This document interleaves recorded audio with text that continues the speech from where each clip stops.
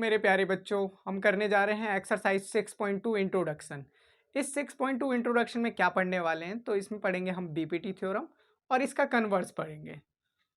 अब देखिए BPT theorem होता क्या है, तो एक बार रीड कर लेते हैं। If a line is drawn parallel to one side of a triangle to intersect the other two sides in distinct points, the other two sides are divided in the same ratio. मतलब अगर किसी triangle के किसी side के एक parallel line इस तरह से ड्रॉ करते हैं, तो ये पैरेलल लाइन इसके अदर टू साइड्स को अलग अलग पॉइंट पे डिवाइड करेगी। अब ये अदर टू साइड्स का जो रेशो होगा वो इक्वल होगा। बस इतना ही कहता है बीपीटी, बेसिक प्रोपोर्शनैलिटी थ्योरम। मतलब फिर से, अगर किसी ट्रायंगल के किसी साइड के पैरेलल एक लाइन ड्रॉ करते हैं तो वो दो पॉइंट पर इंटरसेक्ट करेगी। अब अदर टू साइड्स जिस पॉइंट पर वो इंटरसेक्ट करेगी उन दोनों साइड्स का रेशो इक्वल होगा। बस इसी को कहते हैं हम बीपीटी। अब इसको थ्योरेटिकल बताता हूं मैं। ए बी सी इसका नाम रख लिया हमने, और ये E F.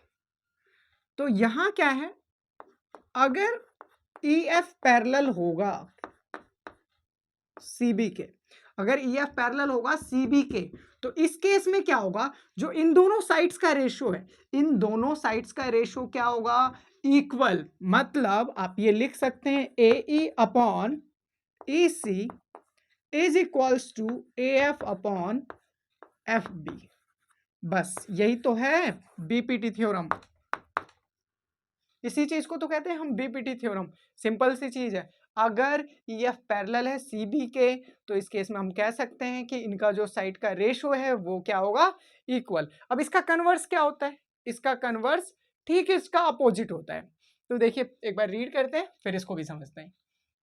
If a line divides any two sides of a triangle in the same ratio then the line is parallel to the third side. तो सीधी सी बात है, कहते हैं कि अगर एक ट्रायंगल के दो साइड को एक लाइन डिवाइड करती है इस तरह से, और डिवाइड करने के बाद इन साइड्स का रेशो अगर इक्वल आ जाए, तो इस केस में हम ये कहेंगे कि जो ड्रॉ की गई लाइन है वो तीसरे साइड के पैरेलल है। बस यही है converse of BPT theorem.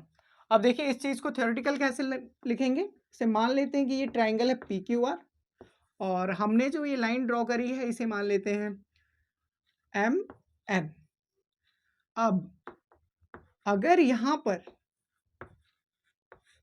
Line को ड्रॉ करने की वजह से ये जो साइड्स के रेशो हैं इक्वल हो गए हैं, मतलब P M upon M R is equals to, sorry, इस लाइन के ड्रॉ करने पर ये रेशो क्या है ना, इक्वल है। तो जो कि इक्वल है हम ये लिख सकते हैं P M upon M R and P N upon N Q. Therefore हम क्या लिख सकते हैं कि जो ड्रॉ की गई लाइन है वो तीसरे साइड के पैरेलल है, यानी कि M N is parallel to R Q. और यही चीज तो है कन्वर्स ऑफ बीपीटी। तो उम्मीद है आपको ज्यादा से ज्यादा चीजें समझ आ गई होंगी। एक बार और रिपीट कर लेते हैं।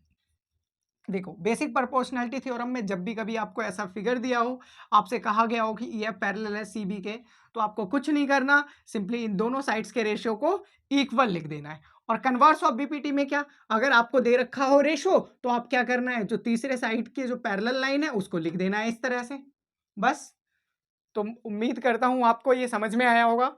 मिलते हैं नेक्स्ट वीडियो।